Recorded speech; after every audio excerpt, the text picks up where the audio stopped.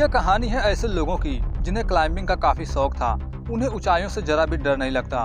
ऊंचाइयों पर चढ़ना, एडवेंचर का लुत्फ उठाना जैसे उनका शौक हो। मगर इसी एडवेंचर के बीच उनके साथ कुछ ऐसा हुआ जहां पहुंचने पर नीचे का नजारा नॉर्मल इंसान की रूह कपा देने के लिए काफी है, जिसमें से एक मैं भी हूं। जहां पर यह एडवेंचर के लिए इस 2000 फीट ऊंचे टावर पर गए, लेकिन इन्हें नहीं पता था टावर की सीढ़ियों पर जंग लग चुकी है जो कभी भी टूट सकता था। कहानी की शुरुआत 3 लोगों से हुई। बेकी, उसका हस्बैंड डैन और उसकी एक खास सहेली हंटर, जो विशाल चट्टान के ऊपर चढ़ रहे थे। बेकी और डैन ने अभी अभी शादी की थी।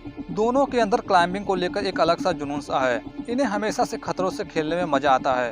तीनों हमेशा कुछ अलग और जोखिम भरे काम की तलाश में रहते थे। ऊपर जाने पर डैन चट्टान के बीच एक पक्षी को देखा जिसमें था उसका एक घोंसला। घोंसले में जैसे ही हाथ डाला, पक्षी बाहर आने लगा, जिससे उसका बैलेंस बिगड़ गया। हाथ छूटने की वजह से वह नीचे गिरने लगा, लेकिन अब वह रस्सियों से लटक चुका है। अपना संतुलन बनाने की कोशिश भी करने लगा, लेकिन चाहकर भी ऐसा नहीं कर पा रहा था। बेकी और हंटर उसका मदद करना चाहें, तब तक चट्टान से रस्सी का पकड़ छूटा। दोनों चाहकर भी उसे नहीं बचा पाए। वह नीचे गिरकर मारा गया। अब पूरे 1 साल बीत चुके थे, लेकिन अभी भी बेकी अपने पति के मौत के गम में डूबी हुई थी। डैन की अस्थियों का राग भी वह अभी तक संभाल कर रखी थी। हमेशा शराब पीने लगी, बन गई थी एक शराबी। ये सब उसके पिताजी को देखा नहीं जा रहा था, इसलिए वे उसकी खुशी के लिए उसके खास दोस्त हंटर को लाते हैं। वो अपने दोस्त से मिलकर थोड़ा सा नॉर्मल होने लगी। इसी बीच 1 साल से किसी प्रकार की कोई क्लाइंबिंग न करने पर अब हंटर चाहती है कि उन्हें एक रोमांचक चढ़ाई करनी चाहिए। बेकी तैयार तो नहीं थी, मगर किसी तरह से उसे मना ली। वे एक टावर पर चढ़ने वाले थे जो यहाँ से लगभग 6 घंटे की दूरी पर था, लेकिन बेकी अभी भी उस दुख से बाहर नहीं निकल पाई थी। तो उसके साथी सलाह देती है कि तुमने जो राख अब तक संभाल कर रखी है डैन की, ऊपर ले जाकर उसे तुम आसमान में बिखेर देना, ताकि उसकी आत्मा को मुक्ति मिल जाए। काफी सोच विचार के बाद सुबह होने पर जाने के लिए तैयार हो गई वह। अब दोनों अपने सफर पर आगे बढ़ते हैं। हंटर इस दौरान अपने रोमांचक सफर को फोन में भी रिकॉर्ड कर रही थी। इसी लापरवाही की वजह से एक ट्रक जो उन्हें कुचलने वाला था उससे बाल बाल बचे। आगे से सावधानी बरतते हुए वे अपने रास्ते पर आगे निकल पड़े। जाते वक्त रास्ते में एक गेट दिखाई पड़ा जो बंद है, इसलिए गाड़ी को वहीं छोड़कर पैदल जाने का फैसला किया गया। दोनों अपने रास्ते पर आगे बढ़ रहे थे। इसी बीच उन्हें एक बकरी दिखाई पड़ी जो मर चुकी थी, जिसे गिद्ध नोच नोच कर खा रहे हैं। उनमें से एक गिद्ध को वहां से भगाती है, तो हंटर उस बकरी का फोटो लेकर इंस्टाग्राम पर पोस्ट करने लगी। कुछ देर और समय बीतने के बाद टावर तक पहुंच चुके थे वे दोनों। टावर की ऊंचाई देखकर दोनों एक पल के लिए डरने लगे। इसी बीच हंटर टावर की वीडियो का फुटेज भी रिकॉर्ड करने लगी, तो हमें पता चला टावर की ऊंचाई लगभग 200 फीट है। टावर की ऊंचाई देखकर बेकी पहले से भी परेशान थी, लेकिन उसकी दोस्त उसे विश्वास दिलाई कि वह कर सकती है। ऊंचाई पर चढ़ने से पहले हंटर एक रस्सी को एक दूसरे से बांध देती है। अब दोनों सीढ़ियों की मदद से ऊपर की चढ़ाई शुरू कर दी है। बेकी काफी नर्वस थी, मगर फिर भी अपने साथी के साथ हौसला लेकर आगे बढ़ने लगी। टावर काफी पुराना था, इसलिए उसमें जंग भी लग चुकी थी। सीढ़ियों के स्क्रू भी ढीले हो चुके थे, जिससे खड़खड़ाने की आवाज भी आ रही थी। कुछ ऊपर चढ़ने के बाद नीचे की एक सीढ़ी टूट गई, जिसे देखकर हंटर बेकी को इसे इग्नोर करने को कहती है। अब दोनों लगातार ऊपर की तरफ बढ़ने लगे। कुछ फीट ऊपर चढ़ने के बाद वे एक पल के लिए रुके, जहाँ पर वे दोनों पानी पिए। यहाँ उन्हें पता चला वे आधी चढ़ाई कर चुके हैं, यानी इस वक्त वे 1000 फीट की ऊंचाई पर थे, करीब एफिल टावर की ऊंचाई पर। जैसे जैसे ऊंचाई बढ़ रही थी, हवा का बहाव भी नीचे की अपेक्षा काफी बढ़ चुका था। काफी चढ़ाई करने के बाद अंत में वे एक सीढ़ी तक पहुंचे, जो एक लोहे की पिंजरे के बाहर 1800 फीट की ऊंचाई पर है। आगे जल्द ही 200 फीट की ऊंचाई पर बाहरी सीढ़ियों की तरफ आगे बढ़ने लगे। कुछ ऊंचाई और चढ़ने के बाद बेकी नीचे की तरफ देखी। आखिर वह कितनी ऊंचाई पर आ चुकी है, तो देखी तो नजारा कुछ इस तरह था, जिसे देखकर वह और भी डरने लगी। लेकिन उसकी साथी उसे लगातार मोटिवेट कर रही थी, जिसके बदौलत वो आगे बढ़ रही है। अब आगे उन्हें एक सैटेलाइट डिश को पार करना था। बड़ी सावधानी के साथ दोनों उस डिश को पार करके आगे बढ़ने लगे। लगभग चढ़ाई पूरी हो चुकी थी, तो बीच रास्ते में ही हंटर सीढ़ियों को हिलाकर अपने दोस्त को डराने लगी। इसी बेवकूफ़ी की वजह से सीढ़ियों का एक बोल्ट नीचे गिर गया, मगर समय रहते वे आखिरी छोर तक पहुंच चुके थे। उन्हें बहुत सारी प्रॉब्लम का सामना करना पड़ा, लेकिन सभी आखिर में उस प्रॉब्लम से लड़कर आखिरी छोर पर पहुंच जाते हैं, जहां पहुंचकर दोनों काफी खुश थे। वे सेल्फी भी लेते हैं। इसी के साथ ड्रोन निकाला गया। ड्रोन की मदद से वहाँ के सारे नज़ारों को रिकॉर्ड करने लगे। हंटर यहीं पर नहीं रुकने वाली थी। वह खुद लोहे के जाल को पकड़कर लटक गई और उसी पोजीशन में बेकी को उसकी तस्वीर लेने को कही। खुद फोटो लेने के बाद वह बेकी को भी ऐसा करने को कहती है। बेकी पहले से ही डरी हुई थी, मगर अंत में उसकी बात मानकर नीचे लटककर सेल्फी ले लेती है। मगर शुक्र था किसी प्रकार की कोई दुर्घटना नहीं हुई। इस तरह बेकी का डर भी दूर हो चुका था। आखिर में डेन की अस्थियों का राख बाहर निकाला गया और उसे हवा में बिखेर दिया गया।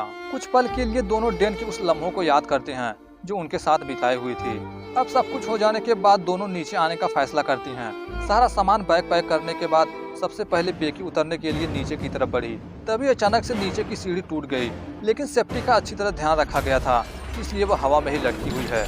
बेकी देरी न करते हुए रस्सी को लोहे के पोल के चारों तरफ लपेटने लगी। धीरे धीरे बेकी भी उसे ऊपर खींचने लगी। ऊपर खींचने के बाद पता चला सीढ़ी नीचे आ चुकी है। अब नीचे उतरना नामुमकिन है, इसलिए लोगों से मदद लेने के लिए फोन को ऑन किया गया तो पता चला इतनी ऊंचाई पर सिग्नल है ही नहीं। इसी बीच उन्हें एक इमरजेंसी बॉक्स मिला जिसमें दूरबीन और फ्लेयर गन था। दूरबीन का इस्तेमाल तो कर सकते थे, लेकिन इस वक्त फ्लेयर गन का इस्तेमाल करने का कोई मतलब नहीं, क्योंकि उसकी रोशनी दिन में दिखाई नहीं देगी। इसी दुर्घटना में उसका बैग भी, जिसमें ड्रोन और पानी था, वो नीचे सैटेलाइट डिश पर पहुंच चुका था, जहां से ऊपर लाना आसान नहीं है। ऊपर से बेकी के पैर पर भी बहुत गंभीर चोट लग चुकी थी, जिसके ऊपर हंटर कपड़े से लपेट दी। वहां से बचने के लिए दूरबीन की मदद ली गई। जब दूर देखा गया तो एक वैन खड़ी हुई थी जो उनके टावर से बहुत दूरी पर है। फोन को दोबारा चेक किया गया तो उसने जो इंस्टाग्राम पोस्ट किया था तो उसमें काफी मात्रा में लाइक और कमेंट आए हुए थे। इस तरह यह साफ हो चुका था कि नीचे की तरफ नेटवर्क था। यदि किसी तरह से फोन को नीचे भेजा जाए तो वह मैसेज सेंड कर सकते थे। इंस्टाग्राम पर एक पोस्ट सेंड करके मदद के लिए अपने फॉलोअर्स को रिक्वेस्ट की। फोन को रस्सियों की मदद से नीचे की तरफ किया गया ताकि नेटवर्क आने पर पोस्ट सेंड हो सके, लेकिन उन्हें पोस्टिंग का साउंड अभी तक सुनाई नहीं दिया था, यानी उनका पोस्ट अभी तक सेंड नहीं हुआ है।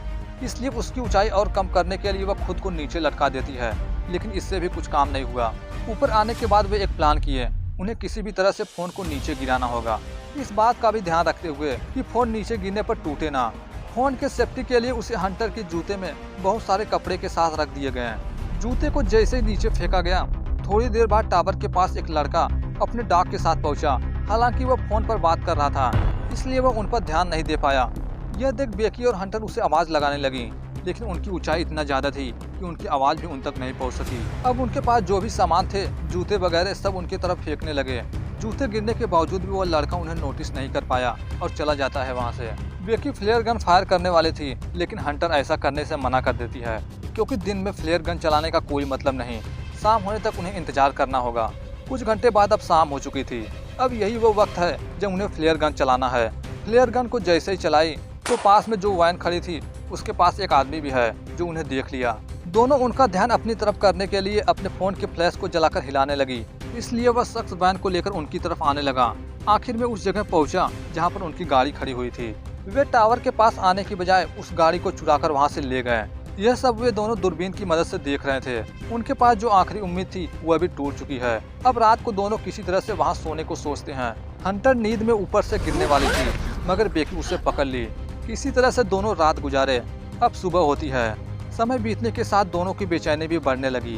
पूरे 24 घंटे बीतने के बाद दोनों फैसला किए, जो भी करना होगा उन्हें ही करना होगा। तो सबसे पहले अपने बैग को सैटेलाइट डिश के ऊपर से लाना चाहते हैं। आखिर में हंटर फैसला की वह नीचे जाकर बैग को ऊपर लाएगी। नीचे जैसे ही पहुंची, रस्सी छोटी पड़ गई। वह बैग तक पहुंच ही नहीं पाई थी, इसलिए खुद को रस्सी से अलग करके जान को जोखिम में डालकर डिस्क तक पहुंच चुकी थी। इस तरह सफलतापूर्वक बैग तक पहुंच चुकी है, लेकिन ऊपर जाने के लिए रस्सी अब उनसे काफी दूरी पर था। मगर इस बात पर भी जान जोखिम में डालकर वह छलांग लगा दी। शुक्र था कि वह रस्सी को पकड़ ली। अब रस्सी की मदद से धीरे धीरे ऊपर आने लगी, मगर इसी बीच बैलेंस बिगड़ने लगा। वह नीचे गिर पड़ी। बेकी नीचे देखी तो वह रस्सी को पकड़कर लटकी हुई थी।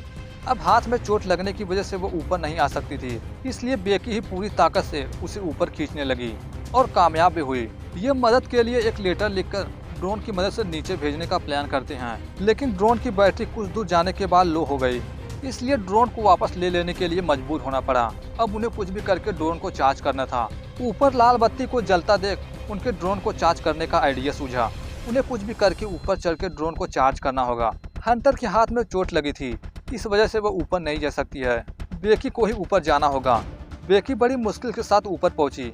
इसके बावजूद भी उसके पैर में चोट लगी थी। ऊपर पहुंचने पर बल्ब को निकालकर चार्जर को सॉकेट से फिट की। अब उसे वहीं पर रुककर बैटरी को चार्ज होने तक का इंतजार करना था। इसी बीच एक गिद्ध जो उसके पैर में लगे चोट पर डंक मारने लगा, पर किसी तरह से ड्रोन को चार्ज करके गिद्ध से बचकर वह नीचे आई।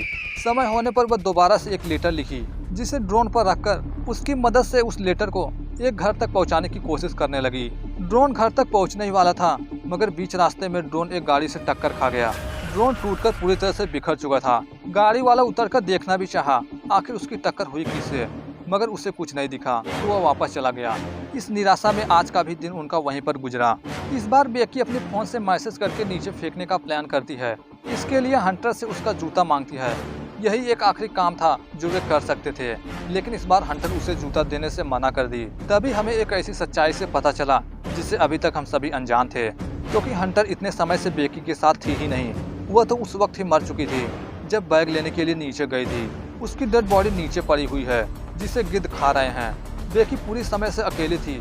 सच को स्वीकार करने के बजाय वह अपने दोस्त का इल्यूजन पैदा की हुई थी ताकि वह अकेला महसूस ना कर सके, मगर सच से मुंह भी नहीं मोड़ सकती। आखिर में रोने लगी।